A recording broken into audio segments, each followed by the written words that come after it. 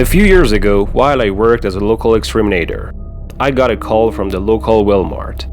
I spoke to the manager, and they said that overnight, a raccoon had wandered into the store, and they thought it was sleeping in one of the small crawl spaces that could be found in the back of the store, near the ventilation. I didn't have anything to do that day, so I told them I would be there in an hour. So I got ready to head out. My plan was to catch the raccoon and release it in the woods nearby. I had a cage and bait that I've used countless times, and it almost always worked, so I figured the job would be no problem. I made it to Walmart, and a few of the employees directed me to a small hole that appeared to have been busted out of one of the walls in the storeroom. The hole was about 2.5 feet wide by 2 feet tall, so it was just big enough for the cage. Before I walked back to the car for the cage, I wanted to make sure that we got the right place. So I originally planned on just poking my head in and looking for signs of the little guy. However, I couldn't see anything, so I decided to take it a step further. I got down on my hands and knees and began to pull myself into the wall. To this day, I still have no clue what I was thinking doing that. Is one of the dumbest things I have ever done. I made it into the wall, and once inside, there was just enough room for me to squeeze my way through, and I didn't have to go far before I began to see raccoon droppings. I called back to let the Walmart employee know that it was the right spot and that I was coming out. To my horror, not only was there no response, but I was now hearing a loud whirling noise. Then it was dark. I couldn't turn around because it was too narrow, but I began to feel around with my foot. The hole that I had crawled in had been covered by something. I immediately began to panic. It was pitch black, and I could hardly move my arms and legs. I screamed and screamed for what felt like days. There is no way to tell how much time passing in the darkness.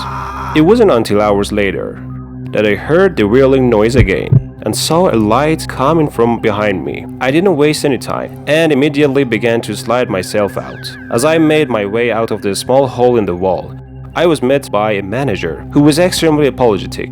Apparently, an employee who didn't know I was back there had placed a pallet of produce in front of the hole, and since I didn't bring my equipment back there, they didn't know anyone was stuck. I was in the wall for 3.5 hours before the manager realized what must have happened and got someone to move the pallet. I tell you, I'm glad I don't have to crawl into tight space with craters anymore. As a child, I grew up loving Walmart. I mean, to most people, it's just a store. But to a kid, it's a place to look at a bunch of shiny new things. So I loved it when my mom would take me with her when she would go shopping there. Not only did she spend hours out at a time, but she knew I could behave. So I basically got to spend most of the day looking up and down the toy aisle and at the electronics. It was a blast. When I didn't have anything else to do, it's amazing to think that just one bad experience can change your entire outlook on something like that. Nowadays, I don't even like the idea of going into a Walmart. You see, when I was 11 years old, I had gone with my mom to this store, and it started out just as fun as ever. I made my way to the back of the store, where they kept all the bikes and scooters. And first I began to look at the skateboards. However, after a few moments, I ended up doing as I always did, and made a straight line to the toys. They had just come out with a new line of Power Ranger toys for the new series, and I was really excited to get the new Megazord toys for Christmas. But until then, looking at them in the boxes would hold me over. The feeling of joy that I got from being surrounded by toys would change really quickly at that day. After a tall and heaviest man approached me in the aisle. He asked me if I needed help with anything, which I thought was odd because he wasn't wearing a Walmart vest. But I just told him, "No, thank you. I'm just looking." I expected him to leave shortly after, but instead, he just stood next to me for a moment. I looked over to him one more time, and that was when I knew that things were serious. He looked down at me and asked me if I knew where my parents were. I didn't know what to say. My mom had warned me about strangers, so I knew to be on edge. I eventually responded by saying, "Yeah, she's just a few miles over." I turned to put the toy back on the shelf and began to make my way out of the other end of the aisle. "Have a good day, sir," I said.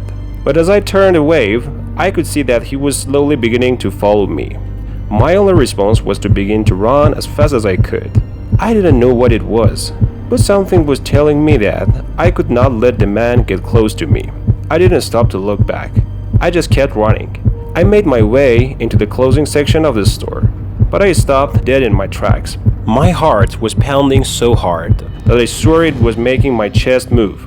Somehow, the man had managed to make it to the other end of the clothing department before me. We locked eyes. I had no idea what I was going to do. He began to step a bit toward me, when all of a sudden, a woman stepped into the aisle. She had a baby in her cart that she was pushing.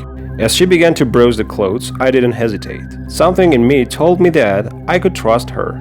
I walked up to her and calmly said, "Hi, Mom. I've been looking all over for you." The lady was puzzled at first, but once she saw the man at the other end of the aisle, turned to walk away.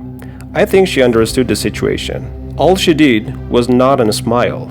She ended up walking me to the customer service center, where they got in contact with my mom. After telling the store what happened, the managers ended up looking at the security tapes and noticed that same man who followed me around had been in the store 4 times that week. All of them, he was just lurking in the toy aisle. They think he was waiting for someone young and alone like I was. We never went back to that Walmart again.